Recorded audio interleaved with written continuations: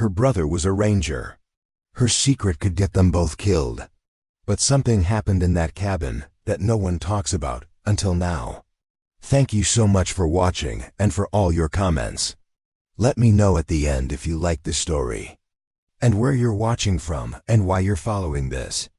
The scorching Texas sun beat down on Emma Sullivan's farmhouse as she wiped sweat from her brow, staring across the barren landscape that stretched toward the horizon. It was 1874, and the frontier was still wild and unforgiving. At 32, Emma lived alone, having inherited the modest ranch after her parents died of fever 3 years prior.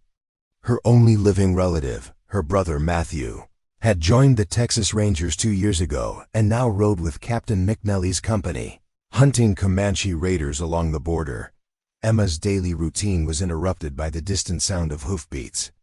She reached for her father's old Winchester rifle that hung above the fireplace, her heart pounding.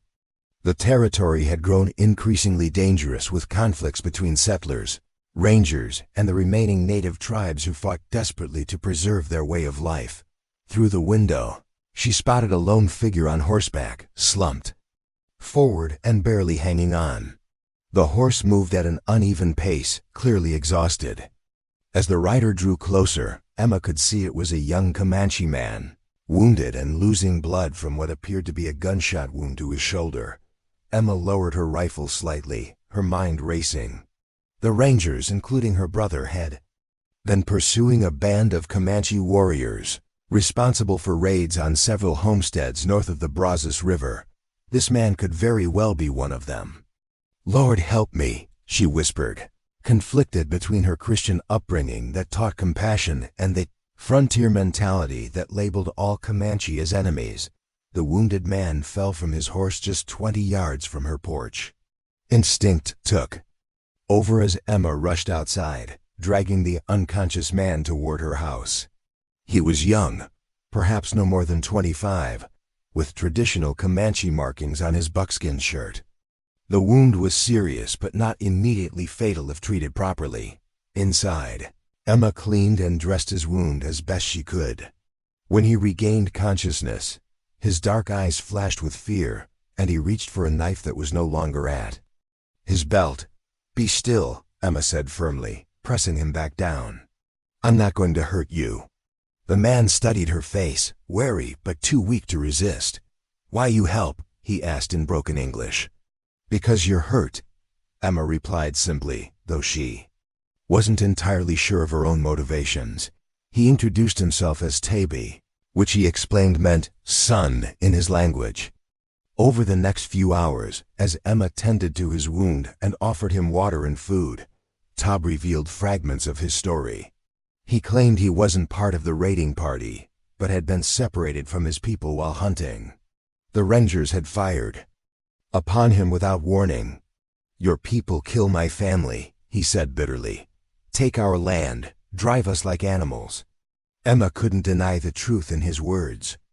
"Not all of us wanted war," she responded softly. As nightfall approached, Emma heard more hoofbeats. Looking outside, her blood ran cold. A group of Texas Rangers was approaching, her brother Matthew among them. They were tracking someone, and Emma knew exactly who. "They will kill me," Tab said, attempting to rise despite his weakness. Emma made a split-second decision that would change everything. "Under the floorboards," she urged, pointing to a hidden cellar her father had built to store provisions during raids. Quickly, she helped Tab into the cramped space beneath the loose floorboards near the pantry, covering the opening just as the Rangers reached her porch. Her brother Matthew was the first to dismount, his tall frame casting a long shadow in the setting. "Son, Emma," he greeted her with a quick embrace. "We're tracking a Comanche warrior. Broke away from a raiding party we scattered this morning. Wounded him, but he escaped. Tracks lead this way." Emma's heart hammered in her chest.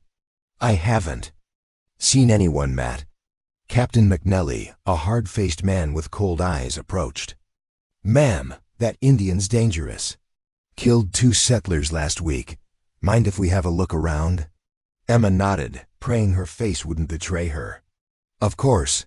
As the rangers searched her property, Matthew pulled her aside. "You look nervous, Emma. Everything all right?" "Just not used to so many armed men around," she replied, forcing a smile. The rangers found nothing, though Captain McNally lingered near the pantry, his boots inches from where Tab lay hidden. "Strange," he muttered. "Tracks lead right to your homestead." "Perhaps he circled around," Emma suggested. "There's a creek to the east. He might have followed it to cover his trail." McNally nodded slowly, though suspicion lingered in his eyes. "We'll camp nearby tonight. If you see anything, fire a shot in the air." After they left to make camp a quarter-mile away, Emma waited until dark before opening the hidden cellar. Tav emerged, his face pale with pain. "Why did you lie?" he asked. "Your brother is ranger." Emma sighed, the weight of her decision heavy on her shoulders. "Because I'm tired of the killing. And because I don't believe you're a raider." That night, as Tav rested in the hidden cellar, Emma sat on her porch, staring at the distant campfire of the rangers. She was harboring a man her brother and his companions would kill on sight, a man whose people had been in bloody conflict with settlers for decades. Yet something in Tabey's eyes told her he was speaking the truth. She thought of her late father's words. "This land has seen enough blood. Emma, remember that even in war, we mustn't lose our humanity." Emma whispered into the darkness, "What have I done, Pa? What have I done?" Dawn broke over the Texas plains, painting the sky in streaks of orange and gold. Emma had barely slept, her mind torn between the loyalty to her brother and the wounded Comanche man hidden beneath her floorboards. The rangers' camp was still visible in the distance, smoke rising from their morning fire. Matthew arrived alone shortly after sunrise, carrying a sack of coffee beans. "Thought you might need these," he said with a smile that didn't quite reach his eyes. "You seem different." "Emma, something's troubling you." Emma busied herself with the coffee pot. "It's nothing. Just haven't been sleeping well lately." Matthew studied her face, the intuition of a sibling detecting the lie. "We've always been honest with each other, Emma, ever since we were kids." She turned to face him, guilt gnawing at her conscience. "Matt, do you ever question what you're doing with the rangers?" His expression hardened. "What's that supposed to mean?" "You know what happened to the Comanche. Forced onto reservations, there. Hunting grounds taken. They raided settlements, Emma. Killed innocent people. You remember what happened to the Johnson family. Their little girl was only 6, Emma nodded solemnly. She remembered the stories all too well. But is every Comanche guilty? Do they all deserve to die?" Matthew's eyes narrowed. "What's brought this on? You never cared much for Indians before." "I've had time to think, living out here alone," she replied, choosing her words carefully. "There's been enough bloodshed on both sides." Matthew was about to respond when a floorboard creaked near the pantry. His hand instinctively moved to his revolver. What was that? Emma's heart leaped to her throat. Probably just the house settling. "It's an old place." Her brother wasn't convinced. Slowly, he moved toward the pantry, his experienced eyes scanning the floor. Emma followed, desperately trying to divert his attention. "Mac, please." "I made breakfast." But Matthew had already noticed the slightly misaligned floorboard. With a swift movement, he pulled it up, revealing the hidden cellar and Tabe, who looked up at them with defiant eyes despite his weakened state. Matthew drew his gun in an instant. "Emma, get back." "No." She positioned herself between her brother and Tabe. "He's wounded, Matt. He's not a threat." Matthew's face contorted with shock and betrayal. "You're harboring a Comanche? Have you lost your mind? Do you know what McNally will do if he finds out?" "He's not one of the raiders," Emma insisted. "He was hunting, separated from his people. The rangers shot him without provocation." "And you believed him?" Matthew's voice was incredulous. "Emma, these people are masters of deception. He's using you." From the cellar, Tabb spoke up. "I tell truth, not raid, not kill." Matthew's gun remained trained on Tabb. "Give me one reason why I shouldn't turn you in right now." Emma placed her hand on her brother's arm. Because I'm asking you not to. Because we were raised to judge each person by their actions, not by who they were born as. Remember what Pa used to say? A conflict raged in Matthew's eyes. He lowered his voice. Emma, if McNally finds out, he won't just kill the Indian. He'll consider you a traitor. There are men in that company who wouldn't hesitate to hang a woman for less. I know the risk, she replied steadily. After a long tense moment, Matthew lowered his gun slightly. You have until sundown to get him out of here. After that, I can't protect you. Relief flooded through Emma. Thank you.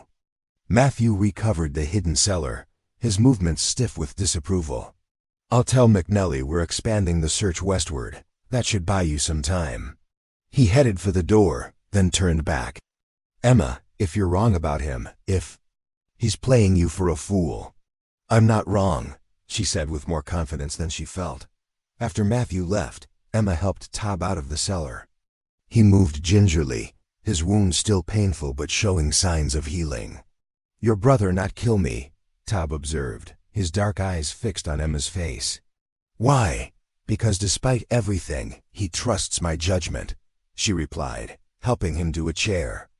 And because somewhere deep down, he knows this endless cycle of violence is wrong. Throughout the day, as Emma prepared for Tabby's departure, they shared more of their stories. Tabby spoke of his childhood on the plains, the freedom his people once knew, and the gradual erosion of their way of life. Emma told him of her parents, of tending the farm alone, and of her complicated relationship with her brother. He good man, Tob said of Matthew. Caught between two worlds like me, Emma was surprised by his insight. What do you mean? I born when peace talks still happen. My father believe in finding way to live with white man. Many in my tribe call him traitor. A shadow crossed Tabe's face. He killed by our own people for speaking of peace. Emma's perception of Tob deepened. He wasn't simply a wounded Comanche. He was a man caught in the crosscurrents of history, trying to navigate a world that was changing too rapidly, too violently. As evening approached, Emma prepared a pack with food, water, and medical supplies. She brought Tob his horse, which she had hidden in the barn. Head southeast, she instructed. There's a Comanche settlement near the Guadalupe River. People say the chief there maintains peaceful relations with some of the settlers. Tob nodded, mounting his horse with some difficulty. Why you help me? He asked again, echoing his question from the day before. Emma considered her answer carefully. Because somewhere along the way, we forgot that before we're settlers or Comanche, rangers or warriors, we're human beings. And every human deserves compassion. Tob reached down and took Emma's hand. I not forget what you do. One day, maybe your people and mine find peace. As Tob rode away into the gathering dusk, Emma whispered, maybe someday.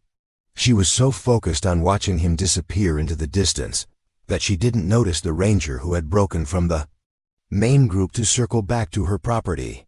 Hidden behind a stand of mesquite trees, he observed the entire exchange before silently retreating to report to Captain McNally. Night fell, and Emma sat alone in her kitchen, a strange mix of relief and apprehension washing over her. She had done what she believed was right, but at what cost? The question lingered in the air like the scent of gunpowder after a shot, acrid and ominous. A sharp knock at the door startled her from her thoughts. She opened it to find Matthew, his face ashen. You've been seen, he said without preamble. Pushing past her into the house, Simmons circled back. He saw you with the Comanche. Cold fear gripped Emma's heart. What happens now? McNally's on his way. Emma, do you realize what you've done? Harboring an enemy, helping him escape, they're calling it treason. It's not treason to show mercy, she countered, though her voice trembled. Matthew ran a hand through his hair in frustration. McNally doesn't see it that way. These men, they've lost friends to Comanche raids. They've buried children. They won't understand. And what about you, Matt? Do you understand? Before he could answer, The sound of approaching horses filled the air. Captain McNally and 4 rangers rode into the yard, their faces grim in the moonlight. Matthew positioned himself between Emma and the door. "Stay behind me," he ordered, his voice low and urgent. "Let me talk to them." Emma watched through the window as her brother stepped onto the porch to face his commander. The confrontation that would determine her fate had begun, and all she could do was pray that somehow, in this land of violence and vengeance, mercy might yet prevail. Captain McNally dismounted slowly, his weathered face impassive in the silver moonlight. The other rangers remained on horseback, forming a semicircle around Emma's porch. Matthew stood his ground as McNally approached, his posture betraying the tension coiled within him. "Sullivan," McNally addressed Matthew, his voice carrying across the night air. "Step aside." "Captain, I need a word with you first," Matthew replied, not moving from his position. McNally's eyes narrowed. "Your sister harbored an enemy combatant and aided his escape. There's nothing to discuss." From inside, Emma watched the exchange. Through the window, her hands trembling. She knew McNally's reputation, a man who operated by his own harsh code of frontier justice. Some called him a necessary force against the chaos of the borderlands. Others whispered he was little more than a sanctioned killer. "My sister made a mistake," Matthew argued. "She's a God-fearing woman with a gentle heart. She saw someone wounded and acted out of Christian charity." One of the rangers spat on the ground. "Christian charity for a savage? That Comanche's probably killed a dozen settlers." "We don't know that," Matthew countered. "We never confirmed he was part of the raiding party." McNally studied Matthew's face. "You're defending her actions?" "I expected better from you, Sullivan. You took an oath." "I also took an oath to my parents before they died to protect my sister," Matthew said, his voice gaining strength. "Emma's all the family I have left." The standoff continued for several tense moments before McNally made a curt gesture. 2 rangers dismounted and approached the porch. "Move aside, Sullivan. That's an order." Inside, Emma took a deep breath and opened the door herself, stepping onto the porch beside her brother. "I'm here, Captain. There's no need to threaten my brother." McNally's cold eyes assessed her. "Mrs. Sullivan, you've committed a serious offense against the state of Texas and these United States. Aiding enemies of the state is treason." "I aided a wounded man," Emma replied, surprising herself with her steady voice. "Nothing more. A wounded Comanche," McNally corrected. "One we were pursuing for attacks on innocent settlers." "Did you witness him attacking anyone?" Emma challenged. "Or did you shoot at him because he was Comanche?" A dangerous silence followed her words. One of the rangers muttered something about Indian lovers under his breath. McNally stepped closer. "Your brother has served with distinction in this company. Out of respect for him, I'm giving you one chance to tell us which direction the Indian went." Emma met his gaze unflinchingly. "I can't do that, Captain." "Emma," Matthew warned quietly. "No, Matt," she replied. "I won't send armed men after a wounded person who's done me no harm." McNally's face hardened. "Then you leave me no choice." He turned to his men. "Harris, Fletcher, take her into custody. We'll bring her to Austin to face charges." Matthew's hand moved to his gun. "No." The air crackled with tension as every ranger stiffened, hands hovering near their weapons. "Think carefully about your next move, Sullivan," McNally warned. "Don't throw away your career or your life for this." "She's my sister," Matthew said simply, as if that explained everything. What happened next occurred with startling speed. As Harris moved toward Emma, Matthew stepped between them. A brief scuffle ensued, and suddenly guns were drawn. In the confusion, a shot rang out, echoing across the darkened plains. Emma screamed as Matthew staggered backward, clutching his side where blood bloomed against his shirt. "Matt!" She caught him as he fell to his knees. The rangers froze, momentarily shocked by the turn of events. Even McNally seemed taken aback. "Get him inside," McNally ordered after a beat of silence. "Fletcher, you were an Army medic." "See what?" You can do. They carried Matthew into the house, laying him on Emma's bed. Fletcher examined the wound while Emma hovered anxiously nearby. Bullet went clean through, Fletcher reported. Missed anything vital from what I can tell. He'll need rest and watching for fever, but he should pull through. Relief washed over Emma, followed immediately by fear as she turned to face McNelly, who stood in the doorway watching the proceedings with an unreadable expression. "Captain," she began, her voice thick with emotion, "this has gone too far. My brother is wounded. Because of me." McNelly studied her for a long moment. "Because of your actions, Mrs. Sullivan. Actions have consequences on the frontier." "Then let those consequences be mine alone," she insisted. "Matt was only trying to protect me as any brother would." Outside, a commotion drew their attention. One of the rangers called for McNelly, urgency in his voice. The captain strode out, returning moments later with news that transformed the situation. "There's a Comanche war party moving north along the river," he announced.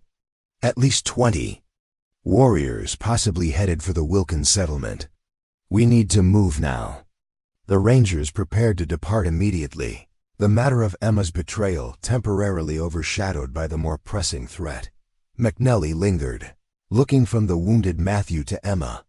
"This isn't finished, Mrs. Sullivan. When this threat is dealt with, we'll return for you." After they galloped away, Emma tended to her brother through the night. His fever spiked once, but broke before dawn. As morning light filtered through the curtains, Matthew opened his eyes. "They've gone after a war party," Emma explained, holding a cup of water to his lips. Matthew attempted to sit up but winced in pain. "I need to go with them." "You need to rest," Emma insisted, gently pressing him back. "Matt, I'm so sorry. This is all my fault." He shook his head weakly. "No, it's this damn war that's no one seems able to end." After a pause, he added, "That Comanche Todd, do you really believe he wasn't a raider?" "I do," Emma replied. "There was something in his eyes, Matt. Dignity, intelligence, not hatred. And he spoke of his father working for peace between our peoples." Matthew closed his eyes. "I've seen things with the Rangers, Emma. Terrible things on both sides. Sometimes I don't know if what we're doing is justice or just revenge." Their conversation was interrupted by the sound of approaching horses, too. Soon for it to be McNelly returning. Emma peered out the window and gasped. "Comanche," she whispered, counting at least 5 warriors approaching cautiously. Matthew struggled to rise. "My gun." "No," Emma said firmly. "There'll be no more shooting." She moved toward the door. "Emma, don't." Matthew called after her, but she was already stepping onto the porch.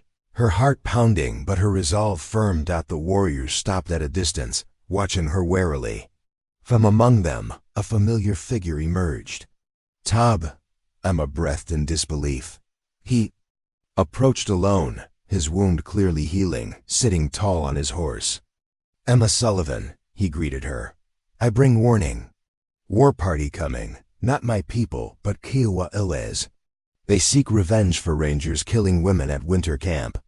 McNelly and his men just rode out to intercept a war party along the river," Emma informed him. Tob shook his head. "That small group. Distraction. Main force come from north, many warriors." He gestured toward the riders behind him. "These men from peace faction. We warned settlers in path." Emma was stunned by this turn of events. "Why would you risk yourselves to warn us?" "Because some still believe in Father's vision," Tob replied. "And because you show kindness when others show only hatred. Maybe start new way." The reality of the situation crystallized in Emma's mind. The Wilkins farm is to the north, 3 families with children. McNelly and his men won't reach them. "In time, we ride there now," Tob confirmed. "But they may not trust warning from Comanche." "Then I'll come with you," Emma decided. "They'll listen to me." From the doorway, Matthew called out weakly, "Emma, wait."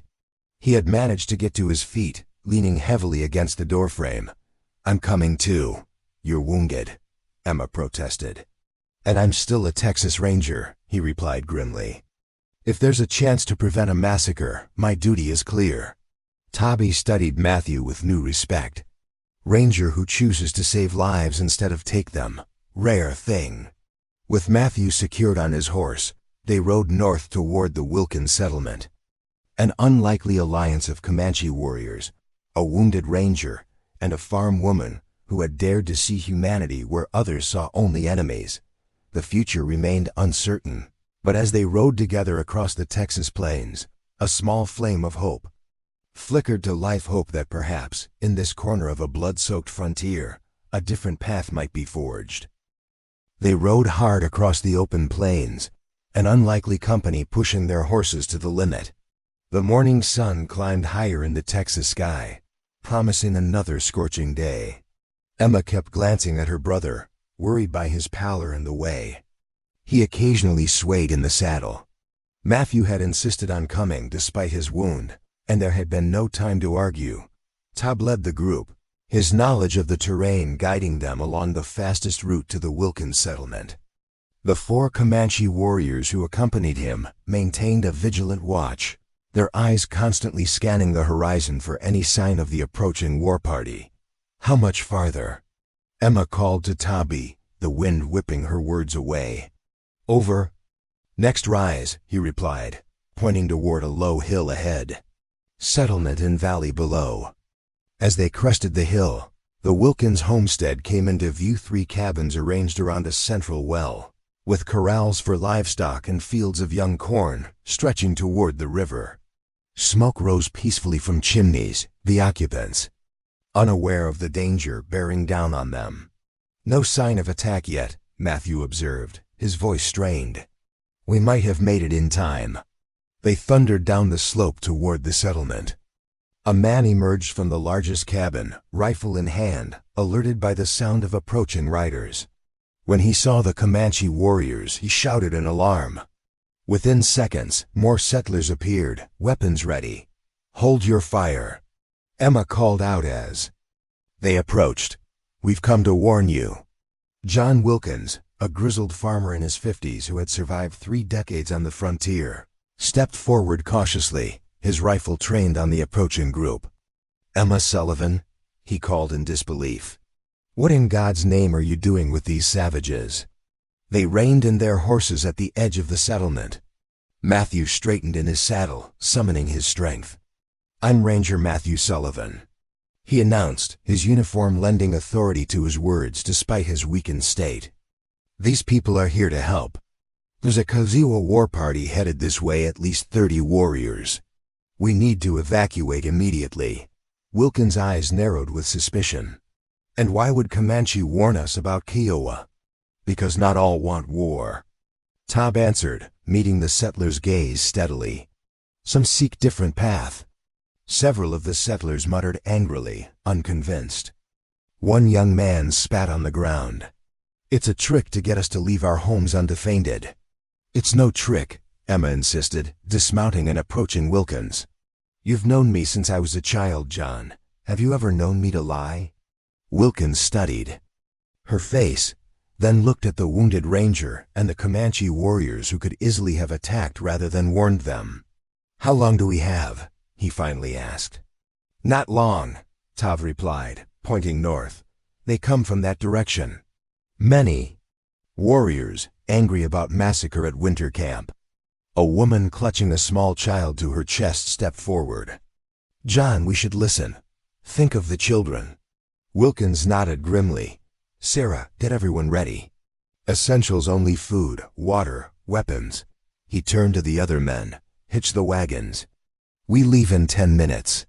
The settlement erupted into controlled chaos as families rushed to gather what they could. Emma helped an elderly woman pack her medicines while Matthew conferred with Wilkins about the best route to safety. Tab suddenly tensed, his gaze fixed on the northern horizon. "They come," he said quietly. "Dust rising." Matthew squinted in the direction Tabby indicated. A cloud of dust was indeed visible, perhaps 2 miles distant. "We're out of time," he announced. "Everyone to the wagons now." 3 wagons were hastily loaded with children, the elderly, and whatever supplies could be gathered. The able-bodied adults mounted horses, some leading extras laden with additional provisions. "Where will we go?" Sarah Wilkins asked, clutching her rosary. "South to Fort Mason," Matthew decided.